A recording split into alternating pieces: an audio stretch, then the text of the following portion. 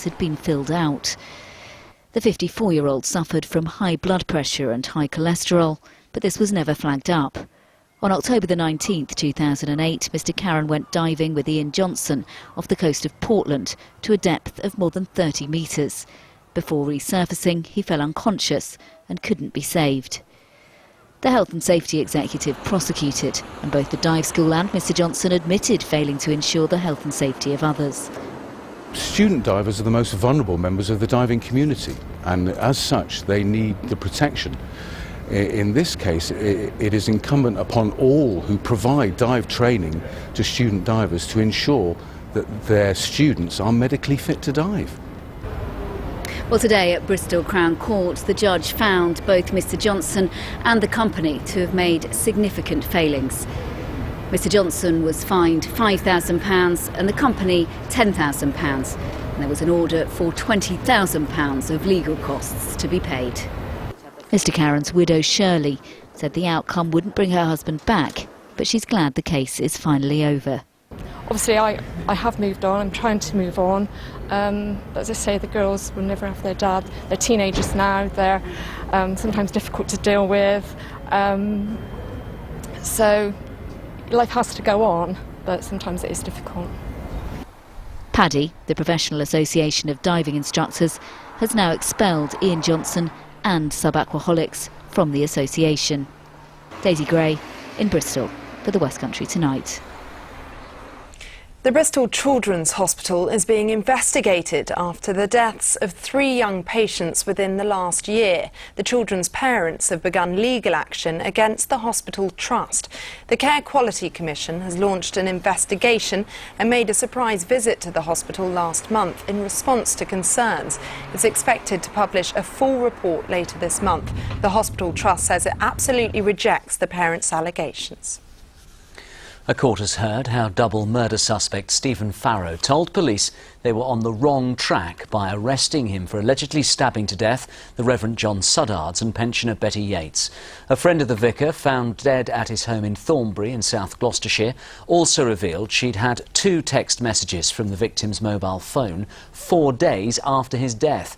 Stephen Farrow denies double murder but admits the manslaughter of the Reverend Suddards on the grounds of diminished responsibility. A double-decker bus carrying 56 college students crashed and overturned in a field in Dorset earlier today. They were on their way to Kingston Moorwood College in Dorchester when the accident happened this morning on the A350. 3 passengers and the driver had to be treated for minor injuries. The ex-girlfriend of Justin Lee Collins has spoken of how the Bristol comedian tormented her with mental abuse and controlled every aspect of her life with him. In her first television interview, Anna Lark condemned the sentence Collins was given after being found guilty of harassment. She said she was speaking out to try to stop others suffering. Richard Payne reports.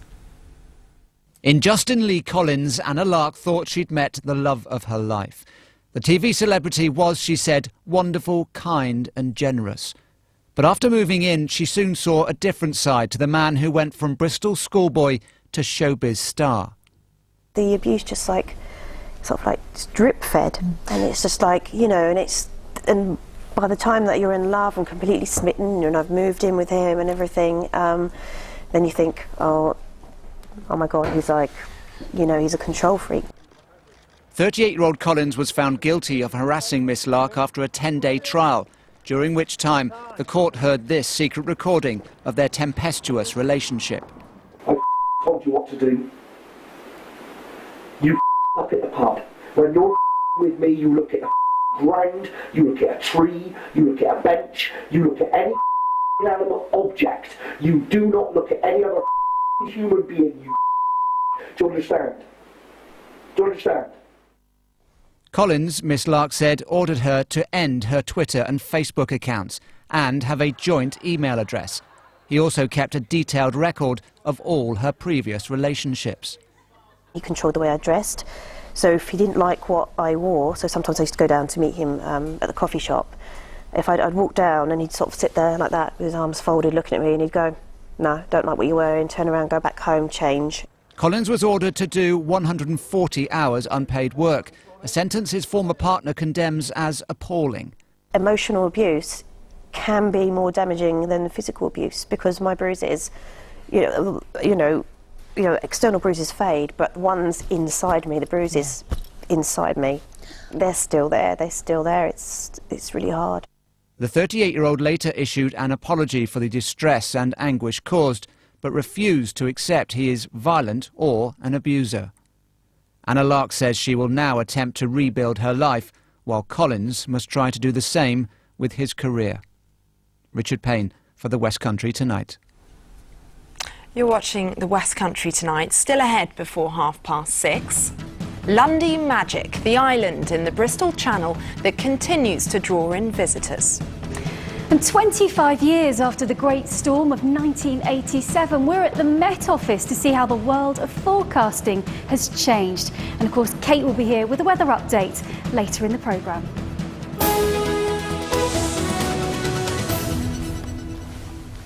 A therapy centre in Somerset, which uses interaction with horses to help children with autism, has been saved from closure thanks to a last-minute donation of tens of thousands of pounds. They were just about to shut the stable doors and sell off all the horses, but now the work, said to achieve phenomenal results, can continue, as Bob Cruz reports. At these stables near Chard in Somerset, the horses aren't just for riding, they make a handy canvas for painting too. Jaden and his sister Mackenzie come here with their autistic brother Kai for therapy. Special Horses for Special Children works with youngsters struggling with autism, Asperger's and other disorders and emotional problems, and has made a difference in the lives of 600 families. The first time we came, we noticed a change straight away. Yeah, straight away, within sort of the first couple of weeks. So yeah, he gets a lot out of it. And if he's having a meltdown, you know, nobody worries about that here, so he can carry on, and the other two can still be, you know, having a good day. And obviously, myself and my husband can relax as well. On October the 1st, because of funding cuts and the current economic situation, they were forced to make the tough decision to close. But the announcement of that news brought forward some very generous donors who, at the last minute, have come up with the tens of thousands of pounds they need to continue. We drew a line under it. We're selling the horses, and then we get this miraculous phone call, and I'm just incredibly grateful. The relief is overwhelming. There have been tears of joy throughout the entire stables, my staff, the parents. It's been absolutely extraordinary. I don't ever want to go through this emotional roller coaster ever again. I started looking for other jobs, but nothing's the same as being here. Very happy that we can carry on and help so many more families. So yes, looking forward to seeing what happens in the future. The money they've been given will keep them going until the spring, but work needs to be done to make it sustainable beyond then and ensure more children can benefit from this therapy with horses. Bob Cruz, near Chard, for the West Country Tonight. The Earl of Wessex officially opened the Museum of Somerset in Taunton today. He was given a tour and met volunteers and staff who've worked on the £7 million restoration project. He unveiled a plaque and cut the ribbon on the glass bridge at the new-look Castle Green. Organisers of the Western Beach Race say the 30th anniversary event at the weekend was a big success. Hundreds of motorcyclists took part in the UK's biggest off-road competition on the seafront. And volunteers at a steam railway are celebrating the completion of repairs to collapsed embankments, allowing it to return to full operation. The Gloucestershire-Warwickshire Railway now runs along 12 miles, following works costing £1 million. Special trains will run from Cheltenham to Laverton at the end of the month to mark the occasion. Now, Bath is world famous for its history, but a group of campaigners have joined forces concerned that some of the city's cultural heritage is being lost. They're worried that some of Bath's old pubs are shutting at an alarming rate, and they're calling on the council to put preservation orders on some of the buildings, as Robert Murphy reports. A century ago, this pub was called the New Inn, but it had been serving beer for 200 years.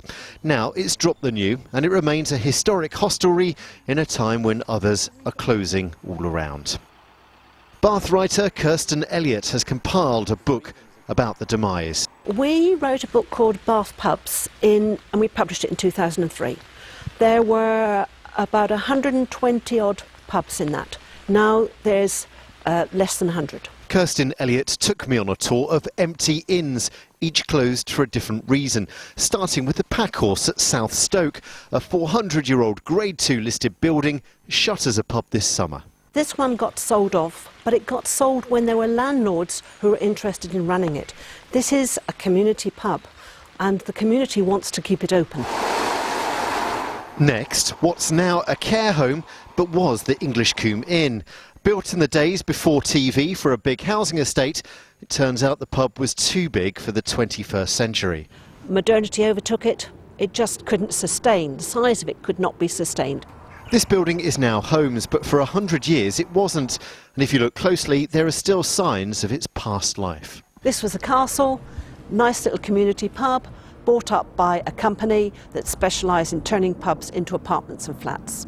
The glass has been only half full for the pub industry for many years now. Not just the smoking ban that caused a hit over half a decade ago, but also cheap booze from supermarkets. We're in a recession, people are wanting to spend less when they go out. High beer duty, higher than it's ever been. And also pub companies wanting, it seems, to sell their properties rather than develop them as pubs. And between pulling beer, the landlord at the inn at Freshford is plotting a campaign to stop that last problem. The pubcos choose the wrong management, the management go in, they don't run the pub very well. The value of the business drops and the pubcos then sell them. And ideally we should be protecting the building rather than the pubcos. So it's protecting the building as a historical building, but also as a business and a pub. Nearly 8,000 pubs have closed in our region in the last decade. This landlord says the fight back starts here. Robert Murphy in Freshford for the West Country Tonight.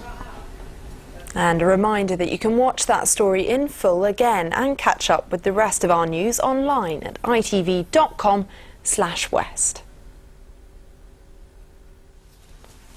Now for the latest in our series in which we explore some of the islands off the coast of the West Country. Richard Lawrence has been to Lundy. Lucky him, it lies 12 miles off the coast of North Devon, where the Atlantic Ocean meets the Bristol Channel, and it's 3.5 miles long and half a mile wide.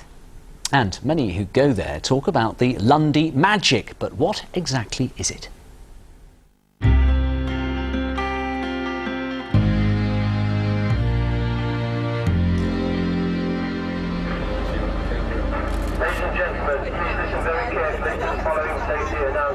We're on board Lundy's lifeline, the Oldenburg. Everything from food, fuel, building supplies and even cattle, but most importantly the visitors are carried across to the 3-mile-long granite rock that's visible for miles. The ship's captain told me what I needed to look for today was the so-called Lundy magic, which for him is... It's the isolation, always. It's the ability to get away from the mainland to a place where there's no TV, no radio unless you take your own, and definitely no vehicles. You walk everywhere, and you're at least 12 miles away from civilization as you know it. Thank you. Now run by the Landmark Trust, you could say it's a hotel for 100 people, but of course it's famous for its wildlife. It's a site of special scientific interest and supported by more than 20 residents. It's a community too. Up on the top of the island, I find James Leonard. He's one of the island's most frequent visitors and even keeps his scooter here for his love of bird watching. One always gets things out here that you don't necessarily see on the mainland. For instance, I've seen a melodious warbler just now for the first time. Awaiting supplies is Nigel Dolby, the shopkeeper. He's been here for 9.5 years and is glad to see the bread arrive. His former job, though, was a long-distance lorry driver. This is kind of how society should be and how we all ought to be living, and that's, I think, a lot of the reason why people come over on holidays here. It's this something they used to have which doesn't exist on the mainland anymore. And what is that? I don't know, I still haven't found it yet. When you talk to Reg later on, he will sum it up in 2 words: Lundy magic. I'm soon put to work too, alongside any other available staff around this part of the island. Well, this is what it's all about, everyone mucking in. Steve Pratt is a ranger, presumably because he carries out a range of jobs. Today, he's also rebuilding a stone wall. Our role that we do involves a lot of the estate maintenance, the wall building, the roadie eradication, the fencing, the rest. There's a lot of stuff. There's including the cargo. It's a full job really, and you could find yourself jumping to any calls at any time really. And of course, at the heart of every great community is a pub. The Morisco Tavern is named after the Morisco family, who lived here in the 13th century, but they were removed by Henry III after the family was implicated in the death of a messenger.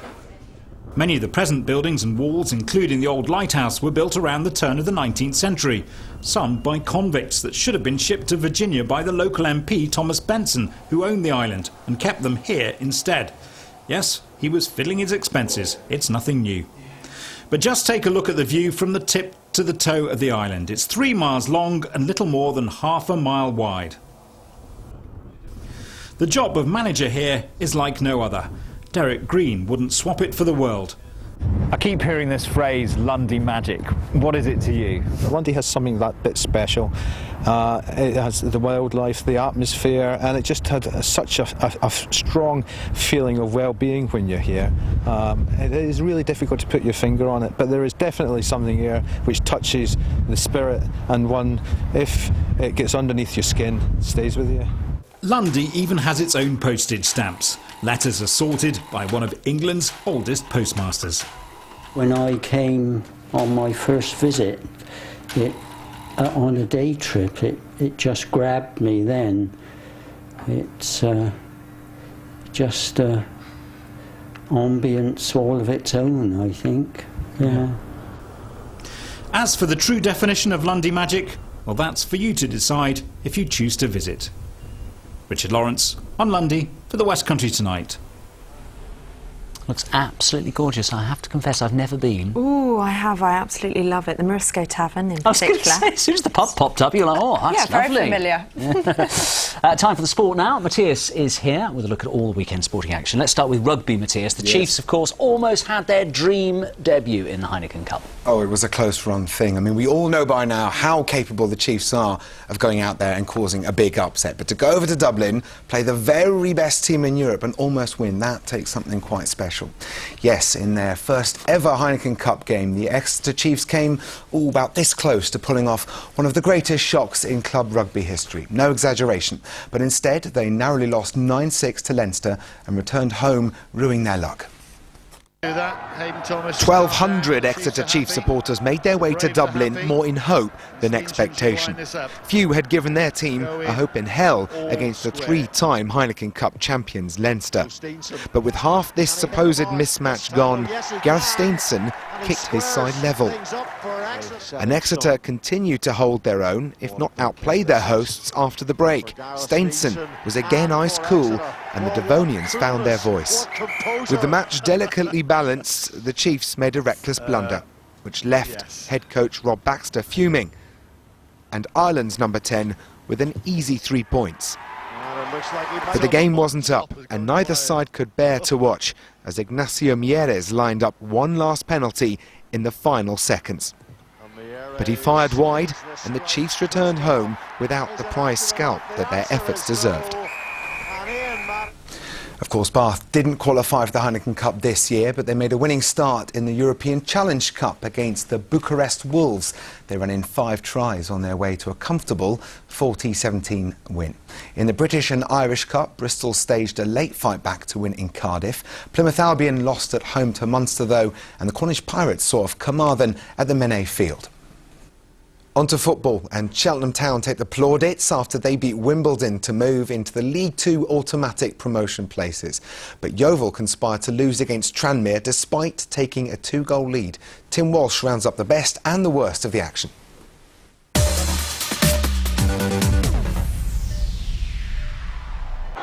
Paulo Di Canio has dismissed speculation linking him to the Bolton job. He saw his side battle back from 2 goals down to draw 2-2 with Coventry, thanks to goals from Gary Roberts and James Collins. Yeovil Town threw away a 2-goal lead to lose 3-2 at table topping Tranmere. Paddy Madden and Sam Foley had put the Glovers on course for a shock win within half an hour. But James Wallace's header on the stroke of half-time began the turnaround. The league leaders added 2 more goals after the break. and were helped by the sending off of Yeovil's Joe Edwards.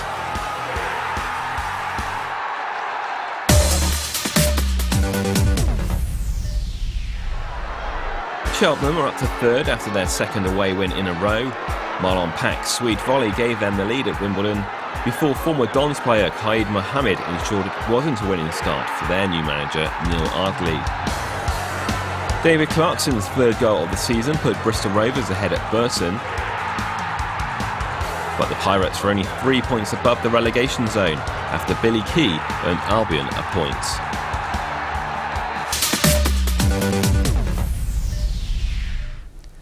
And Jenson Button's disappointing season continued yesterday. The Somerset-born driver crashed out of yesterday's Korean Grand Prix in the very first lap. Blink and you'll miss it, but you can just see Button pulling out of the race after being hit by Sauber's Kamui Kobayashi.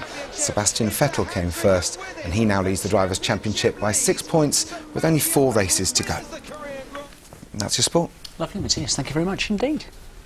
Now today marked the 25th anniversary since the great storm which battered the south of the country. It followed that infamous remark made by a certain weather presenter, not employed by us, responding to a viewer's call that a hurricane was on its way. He, of course, said it wasn't, and the rest is history. Well, our weather presenter, Kate Reeves, is at the Met Office. Kate, there's no such thing as a low-key mistake in your job, is there? I'm afraid not. Poor old Michael Fish did get a lot of stick for that, but to be fair to him, he was actually right, because although we saw hurricane-force winds in this country, we don't get hurricanes, mainly because the hurricanes need warm, humid, tropical seas, and as you know, we don't have those, so technically he was right. Now, Claire Manning has been here today finding out how advances in technology help us get the forecast better. Take a look. It was one of the Met Office's blackest days. In the early hours of October 16th, 1987, winds reaching in excess of 100 miles per hour ripped across the south of England. The southeast feeling the brunt of it, but here in the southwest we weren't in the clear. This was Weymouth lifeboat damaged after battling huge waves off Portland Bill. Across the country, 15 million trees were uprooted. This was the devastation left at Taunton's County Hall. By first light, 18 people had died. Famously, just the day before, the TV forecaster Michael Fish had dismissed claims that a hurricane was on its way.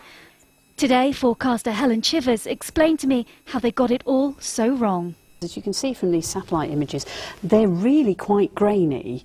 They're not the clearest in the world. You can see the white bits are where the cloud are, and the UK's in here. And what we were looking at the time was this lump of cloud down in here, where we were expecting the low to come from. But because the image is so grainy and because it took a long time to get it, it's quite difficult to then work out just what's happening. Now kept in the Met Office library, these now sepia-coloured charts look like something from the Ark when you compare them to the technology used today. This is the equivalent today.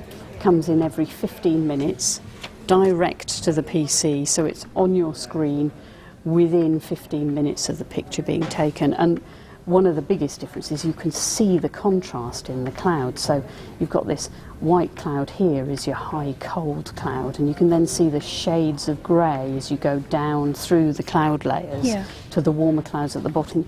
You couldn't pick up that sort of definition back in 1987. So the question today is, could such misforecasting happen again?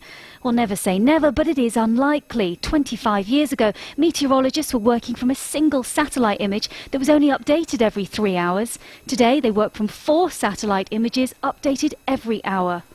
This is the supercomputer room, a fantastic name in the bowels of the Met Office. It's where millions of pieces of information from ships, land stations and satellites are processed. The supercomputer does literally trillions of calculations on that data to work out our forecasts for the next 5 days. But despite everything it can do, it still takes a human being to process that information to tell us what the weather is really up to. The silver lining to this cloud, which none of us has ever allowed the Met Office to forget, is that they learnt lessons from the 87 storm. It is, though, a night they'd probably like us all to forget. Well, fascinating stuff, but I have a feeling whatever happens with the technology, we weather people are still going to get a lot of stick, whatever happens to the weather, good or bad. Well, let's move on from 25 years ago now and see what's happening with the forecast over the next few days.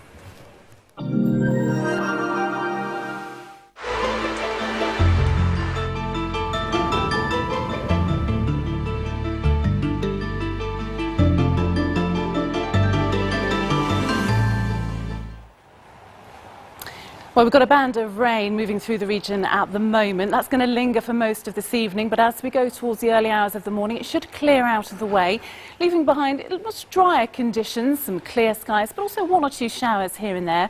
It's been quite a blustery night, though, as well. Perhaps winds gusting up to 30 or 40 miles per hour.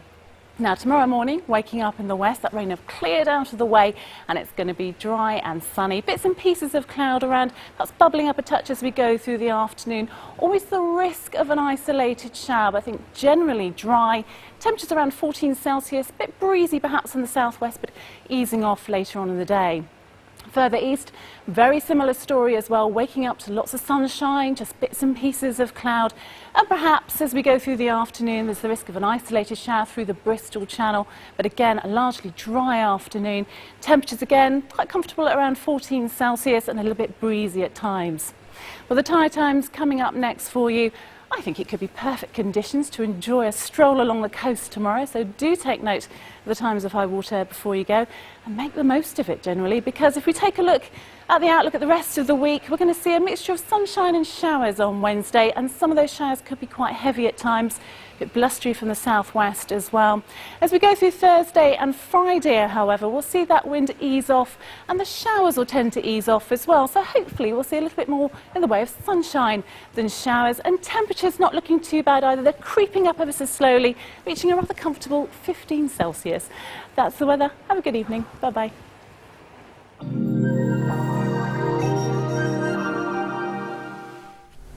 Thank you very much, Kate. And finally, good news for the West Country's X Factor contestants. They're all through to the next round. George Shelley from Clevedon, who's part of the band Union J, Newquay's Charlie Rundle from MK1, and Jermaine Douglas, a supermarket worker from Swindon, all made it through at the weekend on the strength of the public vote. So well done to them.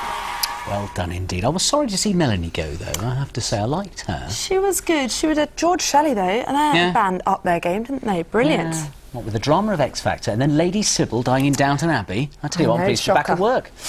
Do stay with ITV1 for the national and international news. That is next. I'm back with the late news at 10:30 tonight. In the meantime, have a very good evening. Goodbye. Bye-bye.